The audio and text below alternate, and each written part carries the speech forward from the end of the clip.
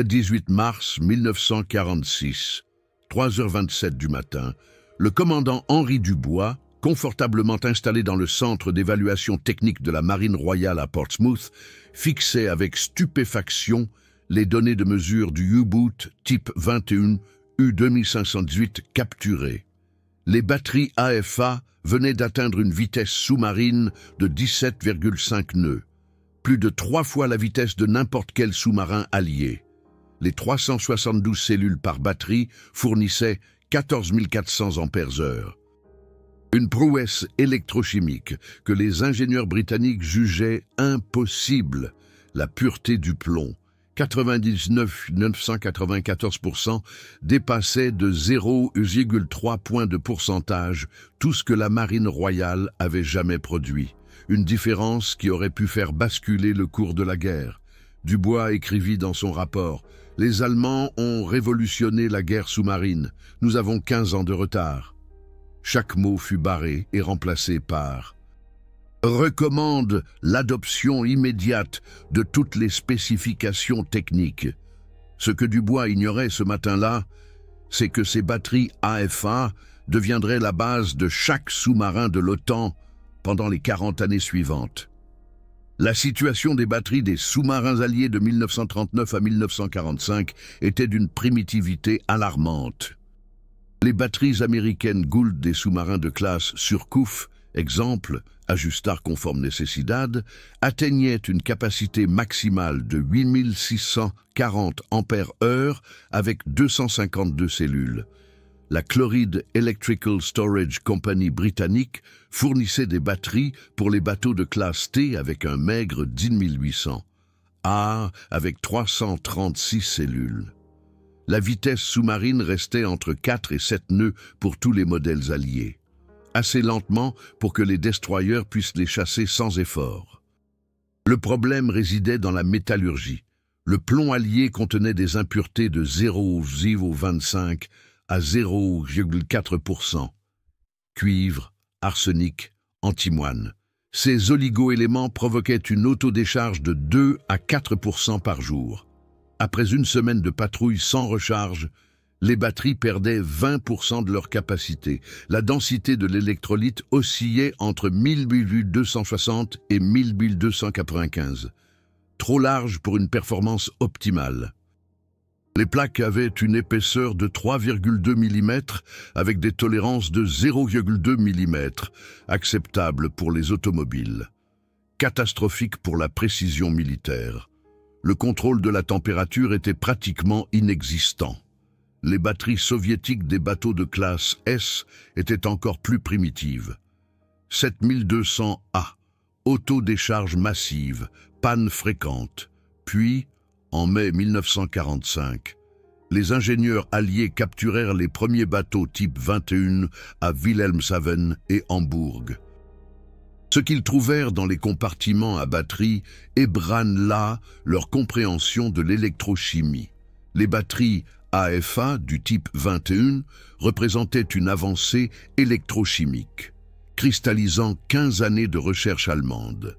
L'Akkumulatorenfabrik AG à Hagen, sous la direction du docteur-ingénieur Wilhelm Hagen depuis 1930, avait mené des recherches sur des batteries plomb-acide de haute performance. Le résultat: des batteries avec des spécifications que les ingénieurs alliés jugeaient physiquement impossibles. Chaque bateau type 21 transportait 2 compartiments à batterie avec 2 batteries chacun. Chaque batterie était composée de 372 cellules connectées en série, la capacité totale par batterie, 14 400 ampères-heure à un taux de décharge de 10 heures. Cela donnait un stockage total de 57 600 H par bateau. Près de 7 fois plus qu'un sous-marin américain de classe Surcouf, exemplo, ajustar conforme Necesidad. Mais la vraie révolution résidait dans la précision de la construction. Le plomb pour les plaques était raffiné dans un processus d'électrolyse en 3 étapes, développé par le chimiste AFA, Dr Hermann Voss, en 1937. Première étape, fusion à 950 degrés Celsius, oxydation des impuretés. Deuxième étape, Raffinage électrolytique dans un électrolyte de fluorosilicate à 0,005 volts et 25 degrés. Troisième étape, distillation sous vide à 1200 degrés sous 0,0001 millibars de pression. Le résultat, du plomb, avec une pureté de 98,94%.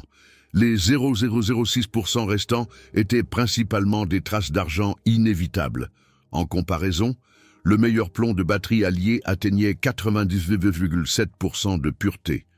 La différence de 0,294 points de pourcentage réduisait l'autodécharge d'un facteur de 12.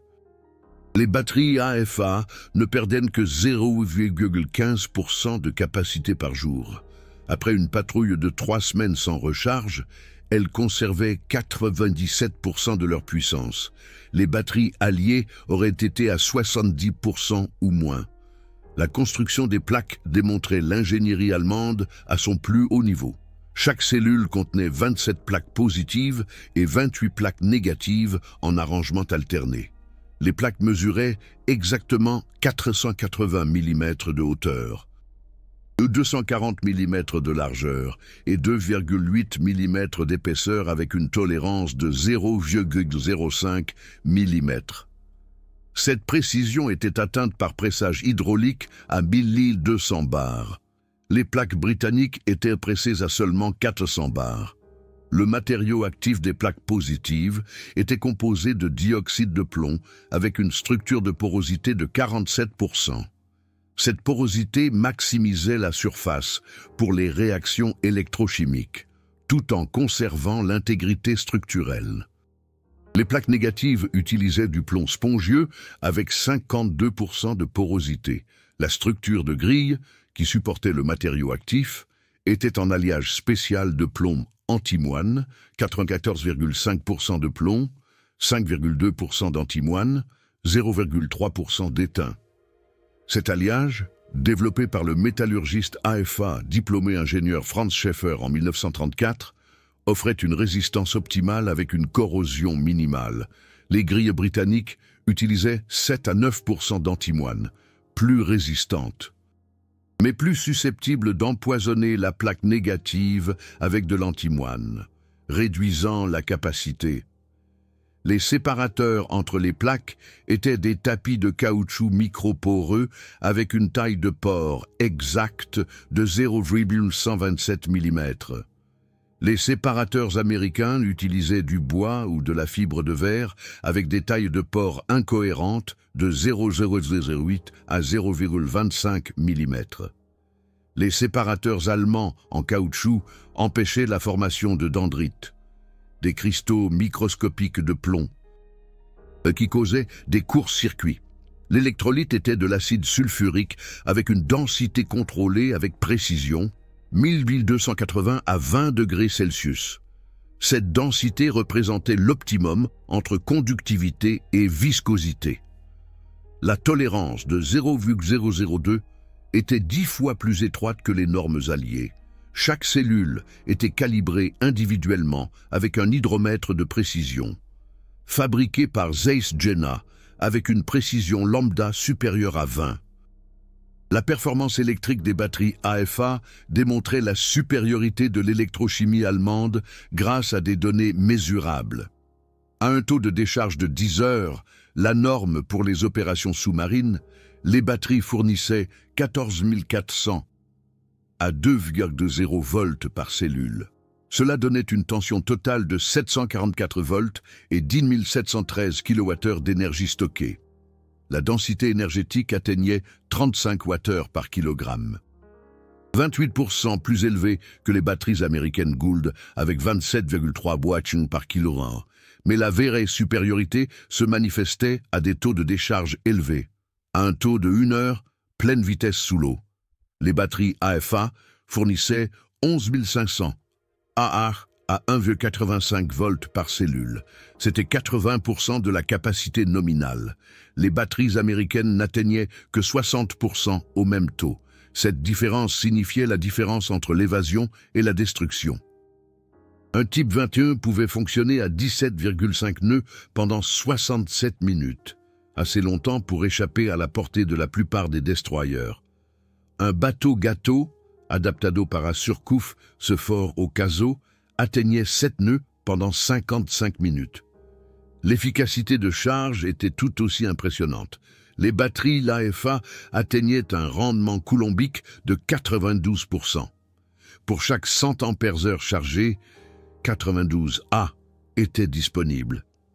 Les batteries alliées oscillaient entre 78 et 84%. La durée de vie dépassait tout ce qui était connu. Les batteries AFA supportaient 450 cycles complets de charge et de décharge, avec 80% de capacité restante. Les batteries américaines atteignaient 180 à 220 cycles. Cela signifiait qu'un U-boot type 21 pouvait effectuer 450 patrouilles avant qu'un changement de batterie ne soit nécessaire. Les sous-marins américains avaient besoin de nouvelles batteries après 180 à 220 missions. Le contrôle de la température était révolutionnaire. Chaque batterie avait un système de refroidissement intégré avec circulation d'eau de mer. Des capteurs surveillaient la température de chaque cellule. Si une cellule dépassait 28 degrés, une valve thermostatique s'ouvrait et la refroidissait à 23 degrés. Cette précision maintenait toutes les cellules dans une plage de 3 degrés. Critique pour une performance uniforme. Les batteries alliées fluctuaient de 10 à 15 degrés entre les cellules, ce qui entraînait une décharge inégale et une capacité globale réduite. La conception du compartiment des batteries dans le type 21 témoignait de la pensée systémique allemande. Les batteries étaient placées dans des cuves résistantes à l'acide en acier émaillé de 5 mm d'épaisseur.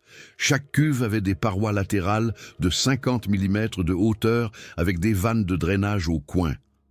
En cas de fuite, par exemple à la suite de dommages de combat, l'acide s'accumulait dans la cuve et pouvait être pompé de manière contrôlée au lieu de se répandre dans le sous-marin. La ventilation empêchait l'accumulation d'hydrogène.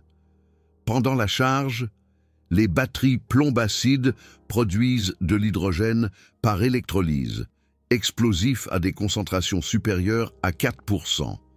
Le type 21 avait un système de ventilation à 3 niveaux.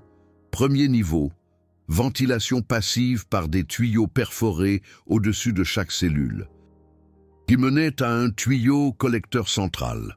Deuxième niveau, des ventilateurs électriques qui déplaçaient 2400 mètres cubes d'air par heure, suffisamment pour renouveler complètement l'air du compartiment des batteries toutes les 8 minutes. Troisième niveau, des détecteurs d'hydrogène avec des catalyseurs au palladium qui déclenchaient une alarme à une concentration de 1,5%. Les sous-marins américains n'avaient qu'une ventilation passive et une surveillance manuelle. Plusieurs sous-marins de classe Surcouf ont subi des explosions d'hydrogène dans les compartiments des batteries.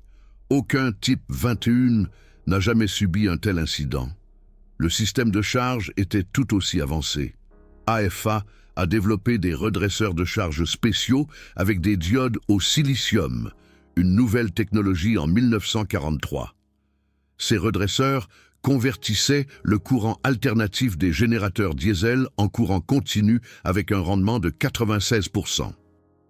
Les redresseurs à vapeur de mercure britanniques atteignaient 88%.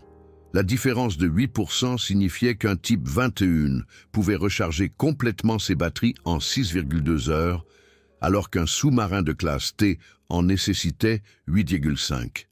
Critique dans les eaux ennemies, où le temps de schnorchel signifiait un risque de détection.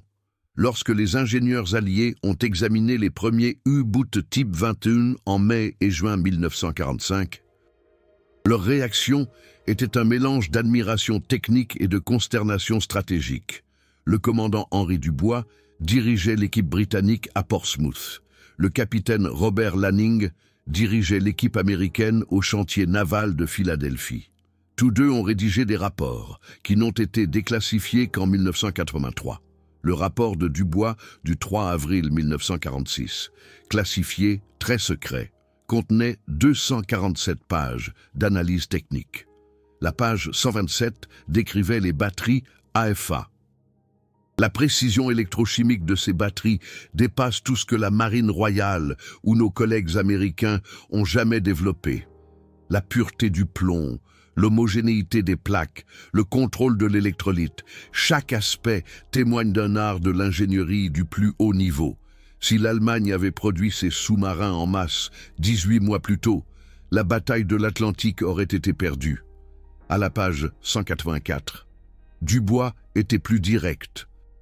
Je recommande l'adoption immédiate de toutes les spécifications AFA pour les nouvelles constructions de sous-marins. Nous devons supposer que les Soviétiques feront de même. La Marine royale ne peut pas se permettre d'avoir 15 ans de retard sur la technologie allemande. Une note manuscrite de l'amiral John Cunningham, premier lord de la mer, figurait en marge. Approuvé, mise en œuvre complète, budget illimité. Le rapport américain du capitaine Lanning. Rapport technique 432 du 18 mai 1946 était encore plus détaillé, 342 pages avec 89 dessins techniques. La page 67 analysait le raffinage du plomb. La distillation sous vide par électrolyse en 3 étapes des Allemands est la clé de leur performance supérieure. Nos raffineries de plomb à Saint-Louis et Baltimore atteignent au maximum 97,7% de pureté par fusion et oxydation conventionnelle. Les 0,2 Dalton à 14 points de pourcentage supplémentaire nécessitent des investissements dans de nouvelles installations. Estimation conservatrice des coûts, 18 millions de dollars pour 3 raffineries. Bénéfice attendu, doublement de la durée de vie des batteries de sous-marins et augmentation de la capacité de 35%. Retour sur investissement, 7 pour 1 sur 10 ans. À la page 142, Lanning décrivait la construction des plaques.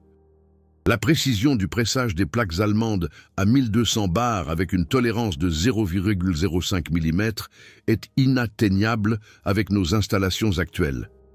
Les presses hydrauliques d'AFA Hagen ont été construites par Demag Duisburg, des presses spéciales de 3000 tonnes avec contrôle de précision. L'opération Paperclip a saisi 3 de ces presses en juillet 1945. Je recommande leur transport à Philadelphie pour installation dans l'usine de batterie navale.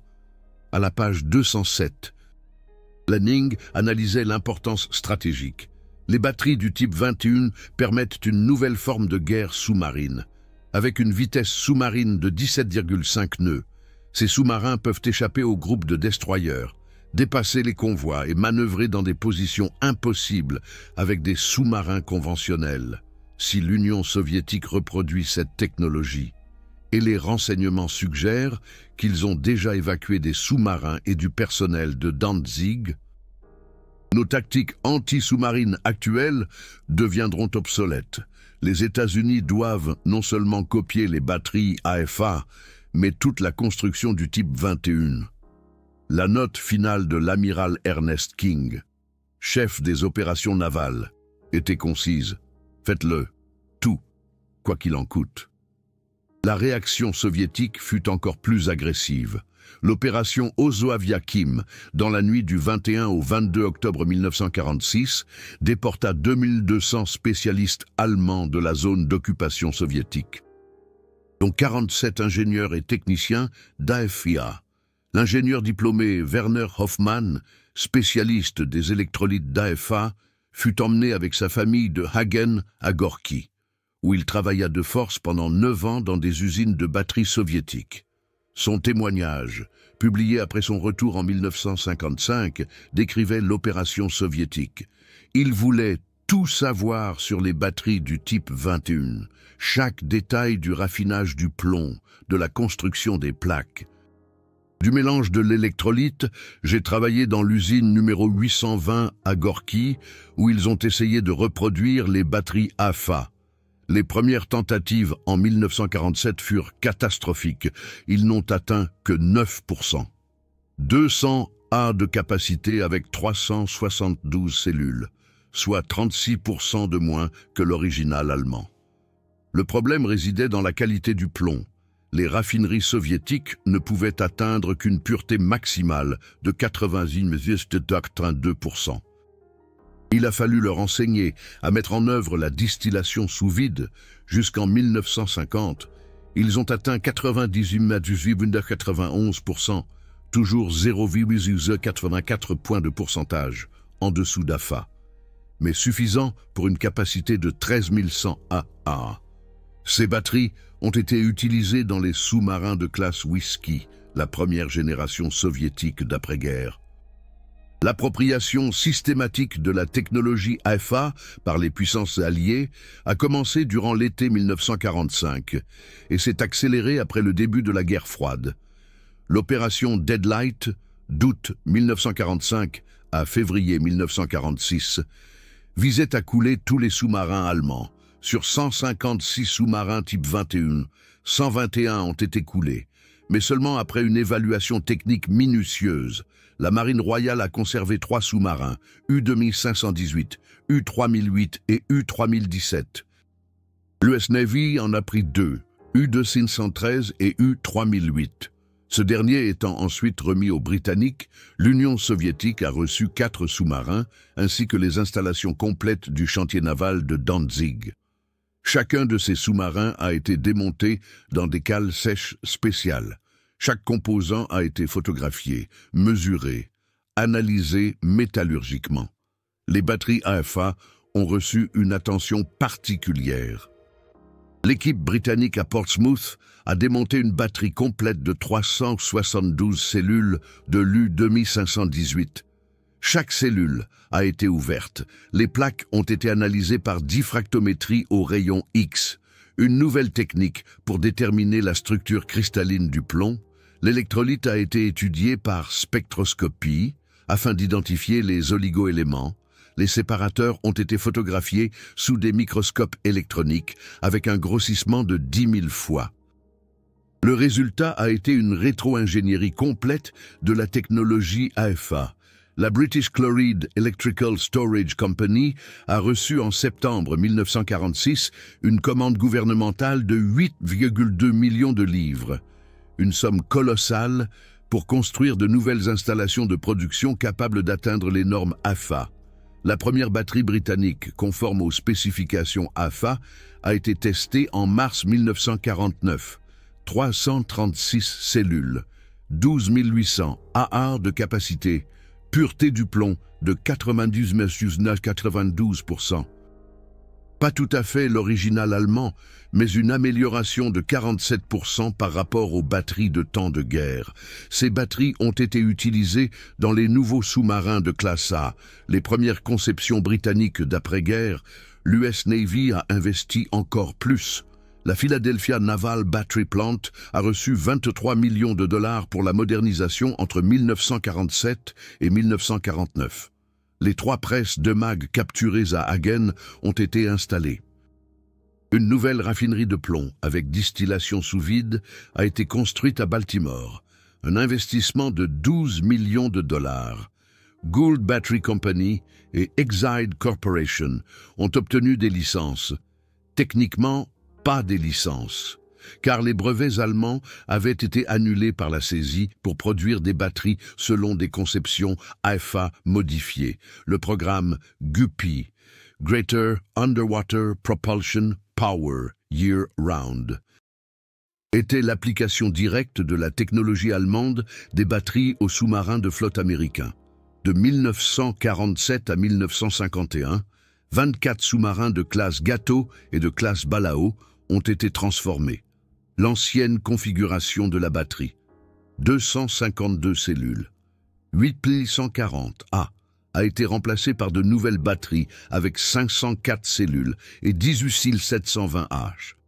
La vitesse sous-marine est passée de 7 nœuds à 15,5 nœuds, soit 89% des performances du type 21. Est seulement possible grâce à l'adoption de la technologie AFA.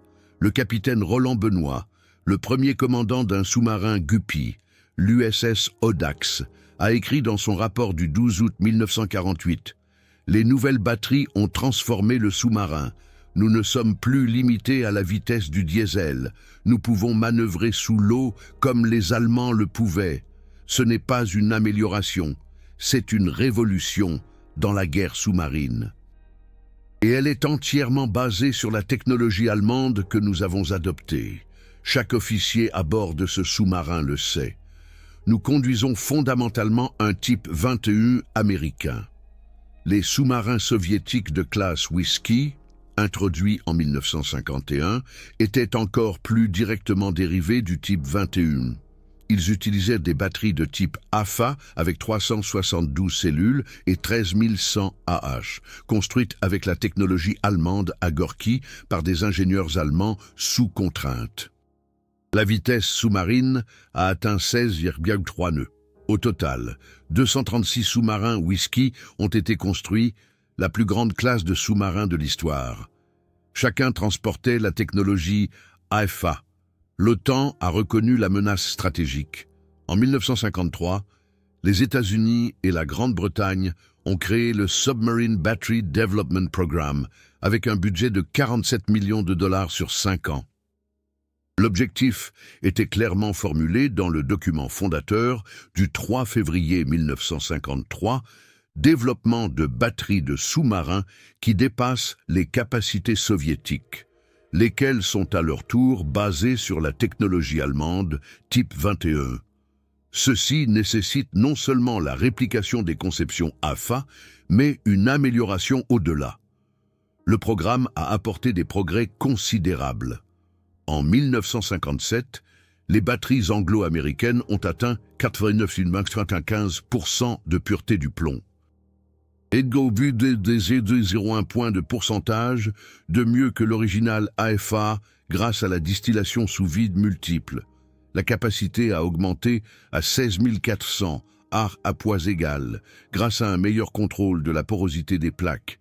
Mais les principes fondamentaux, plomb de haute pureté, contrôle précis de l'électrolyte, gestion de la température, sont restés exactement tels que développés par AFA Hagen de 1930 à 1943. Le développement des sous-marins nucléaires à partir de 1954, avec l'USS Nautilus, a modifié le paysage stratégique, mais pas la pertinence de la technologie AFA. Les sous-marins nucléaires ont toujours besoin de grandes batteries pour la propulsion d'urgence et les charges de service lorsque le réacteur est arrêté. Les batteries du Nautilus, construites par Exide Corporation en 1953, utilisaient directement les principes AFA, 93% de pureté du plomb. Et plaques de précision pressées à 1200 bars, électrolytes à 1280 de densité. La capacité était de 24 000 AR.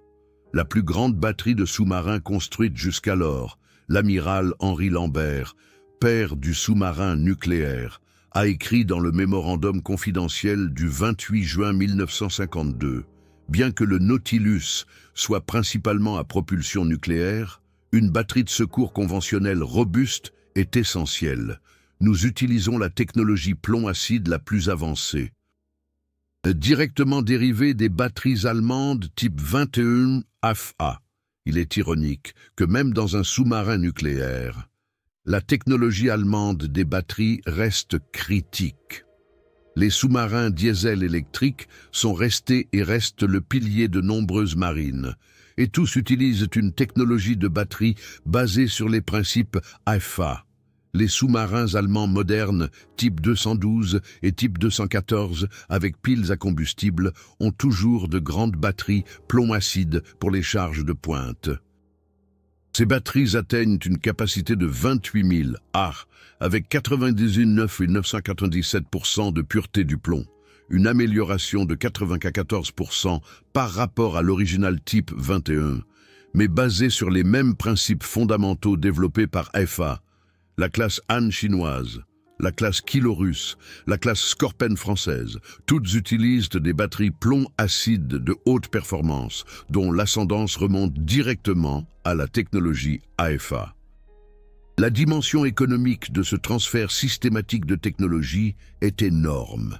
De 1930 à 1945, Accumulatoren Fabrique AG a investi environ 47 millions de Reichsmarks dans la recherche et le développement de batteries haute performance, ce qui représente environ 380 millions d'euros aujourd'hui. en tenant compte de l'inflation. Cet investissement a été confisqué sans compensation. Les Alliés n'ont versé aucune indemnité, ni aucune redevance. La société britannique Chloride Company a gagné environ 127 millions de livres sterling entre 1946 et 1970 grâce aux batteries basées sur la technologie AFA, Gould et Exide aux États-Unis. On gagnait ensemble 340 millions de dollars au cours de la même période. Les usines soviétiques de Gorky, Leningrad et Sébastopol ont produit des batteries de 1950 à 1991 pour 236 sous-marins de classe Whisky, 236 de classe Foxtrot, 72 de classe Tango et des centaines d'autres bateaux. Soit des milliers de batteries, chacune basée sur la technologie allemande. La valeur totale, estimée de manière conservatrice, dépasse 2,4 milliards de dollars, en tenant compte de l'inflation. AFA Hagen n'en a rien reçu. La firme a été démantelée en 1948 dans la zone britannique. Les 3 presses de mag sont parties à Philadelphie. Les installations de distillation sous vide sont parties à Baltimore. Le reste du matériel a été expédié en Union soviétique à titre de réparation. Les ingénieurs d'AFA ont soit été recrutés. Le docteur Wilhelm Hagen est parti en 1949 comme consultant chez Chloride à Londres pour 12 000 livres par an, une fraction de la valeur de son travail, soit déporté comme Hoffmann, le docteur Hermann Voss, inventeur du procédé de raffinage du plomb en 3 étapes, a travaillé de force dans un laboratoire soviétique à Moscou de 1946 à 1952. À son retour en 1952, il a écrit un rapport pour le gouvernement fédéral, déclassifié en 2002. J'ai vu comment ma recherche, 15 années de ma vie, a été utilisée par les soviétiques pour construire des batteries pour leur flotte de sous-marins. Ils appelaient cela des réparations. C'était du vol de propriété intellectuelle à l'échelle industrielle. L'ironie est que l'Allemagne développe maintenant des batteries pour les sous-marins modernes, type 212. Et est de nouveau leader, mais la génération de 1945 a simplement été dépossédée et oubliée. L'analyse technique des batteries AFA montre que la supériorité allemande ne reposait pas sur une percée unique, mais sur une excellence systématique en matière d'ingénierie dans chaque aspect. Le raffinage du plomb était la pierre angulaire, mais seulement le début. La construction des plaques avec une porosité contrôlée maximisait la surface active. Le pressage de précision à 1200 bars assurait l'homogénéité. L'alliage plomb-antimoine des grilles équilibrait la résistance et la compatibilité électrochimique. Les séparateurs en caoutchouc empêchaient la formation de dendrites. L'électrolyte, à une densité exacte de 1280, optimisait la conductivité. La gestion de la température maintenait toutes les cellules à moins de 3 degrés. Le système de ventilation éliminait le risque d'explosion d'hydrogène. Chacun de ces facteurs, seul, aurait apporté un gain de performance de 5 à 10%. Ensemble, ils ont permis une augmentation de capacité de 180% et un gain de vitesse de 250% par rapport aux batteries alliées. Cette optimisation intégrative du système était caractéristique de l'ingénierie allemande de l'époque. Il ne suffisait pas d'améliorer un composant, l'ensemble du système devait être perfectionné dans son ensemble. Les Alliés l'ont reconnu dans le rapport technique 432. Le capitaine Lanning écrivait à la page 289 « La véritable leçon des batteries type 21 n'est pas une innovation technique unique, mais la philosophie de l'optimisation totale du système. Les Allemands n'acceptaient aucun compromis. Chaque détail devait répondre aux normes les plus élevées. C'est l'essence de l'ingénierie allemande. Et ce que nous devons adopter, et pas seulement les spécifications techniques. Cette philosophie a façonné le développement des batteries de sous-marins anglo-américaines pendant des décennies. Le programme de développement de batteries pour sous-marins de 1953 à 1958 exigeait explicitement tolérance zéro Pour les compromis en matière de qualité des matériaux, de précision ou de performance, les normes allemandes sont l'exigence minimale, pas l'objectif. L'objectif est de dépasser les normes allemandes. Jusqu'en 1960. Et cela a été partiellement réalisé. Les batteries anglo-américaines ont atteint une pureté du plomb de 99,995% et une capacité de 16 400 AH. Mais sur la base des fondations AFA, les principes électrochimiques développés par AFA de 1930 à 1943 restent fondamentaux pour la technologie moderne des batteries, non seulement plomb acide, mais aussi lithium-ion et autres systèmes avancés. L'importance de la pureté des matériaux pour réduire l'autodécharge, essentielle pour AFA, est aujourd'hui universellement reconnue dans toutes les chimies de batteries. Les batteries lithium-ion pour les voitures électriques utilisent du lithium pur à 99,988%, des électrolytes contrôlés avec précision et des électrodes homogènes. Les principes sont identiques à ceux d'AFA. Seuls les matériaux ont changé. La gestion de la température avec refroidissement actif, mise en œuvre par AFA dans le type 21, est aujourd'hui la norme dans les batteries Tesla, avec refroidissement liquide pour chaque module de cellule. La fabrication de précision avec des tolérances étroites, la norme AFA, est essentielle pour la production moderne de batteries. La Tesla Gigafactory produit des électrodes avec une tolérance de 0,02 mm, l'assemblage des cellules avec une précision robotique. La philosophie vient directement d'AFA. Aucun compromis sur la précision. Les systèmes de gestion de batterie qui surveillent la tension, le courant et la température de chaque cellule, AFA a mis en œuvre des versions manuelles de ceux-ci dans le type 21, sont maintenant entièrement automatisés dans chaque voiture électrique et sous-marin moderne. L'héritage des batteries AFA est donc bien plus vaste que les seuls sous-marins militaires. Il a façonné les principes fondamentaux de l'électrochimie et de la technologie des batteries modernes. Le docteur Wilhelm Hagen, qui a dirigé la recherche AFA, a écrit dans ses mémoires en 1967, peu avant sa mort. « Je suis fier que notre travail ait révolutionné la technologie des sous-marins, mais triste que l'Allemagne n'ait jamais reçu de reconnaissance pour cela. Les Alliés ont tout repris et l'ont appelé leur propre innovation. Les historiens devraient être honnêtes, les batteries modernes haute performance, et que ce soit dans les sous-marins ou dans les futures voitures électriques, ont leurs racines dans la recherche allemande des années 1930 et 1940. Le nier est une malhonnêteté scientifique. Les documents déclassifiés lui donnent raison. Le rapport technique 432, déclassifié en 1983, reconnaissait à la page 342. Le développement de batteries de la US Navy au cours des 15 dernières années était principalement basé sur l'acquisition et l'adaptation de la technologie allemande AFA du type 21. Ce fait était classifié pour des raisons de sécurité, mais devrait être documenté historiquement. Le rapport britannique Davies, déclassifié en 1989, était encore plus direct à la page 247.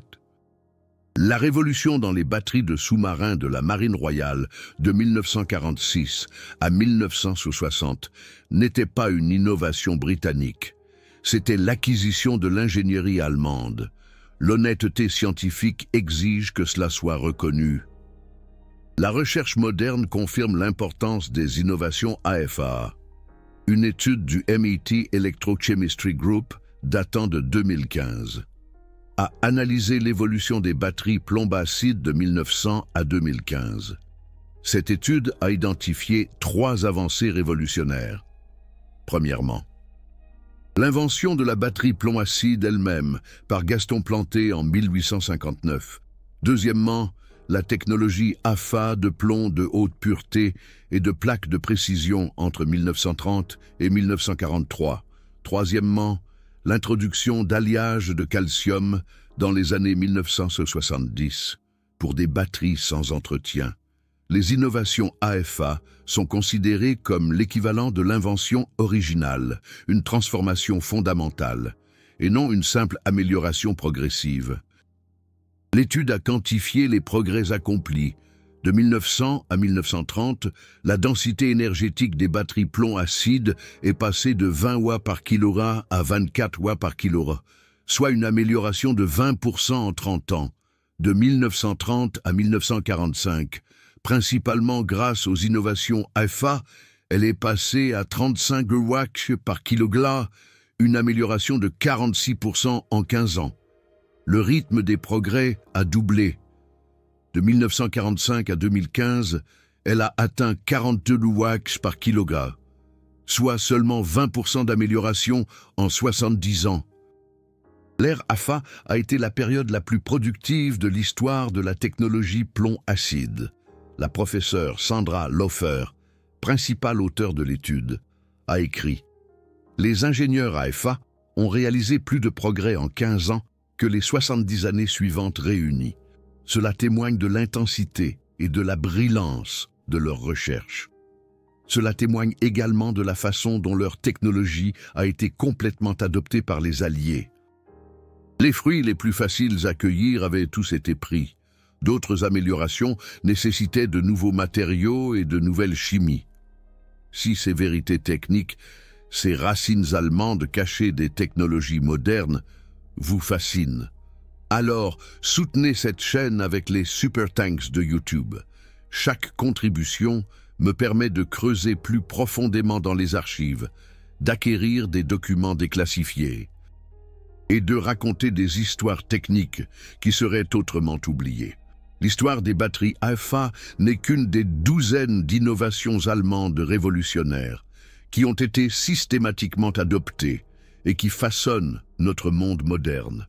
Des moteurs de fusée aux ordinateurs, des turbines à réaction aux systèmes optiques, le génie de l'ingénierie allemande des années 1930 et 1940 a constitué la base des technologies que nous considérons aujourd'hui comme allant de soi.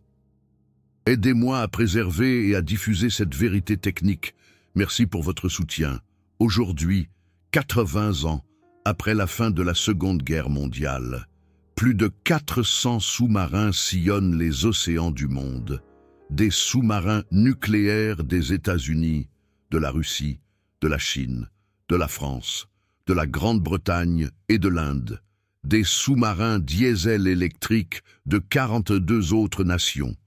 Chacun de ces sous-marins embarque des batteries, qu'elles soient plomb-acide ou lithium-ion, dont la philosophie de conception repose sur des principes établis par AFA.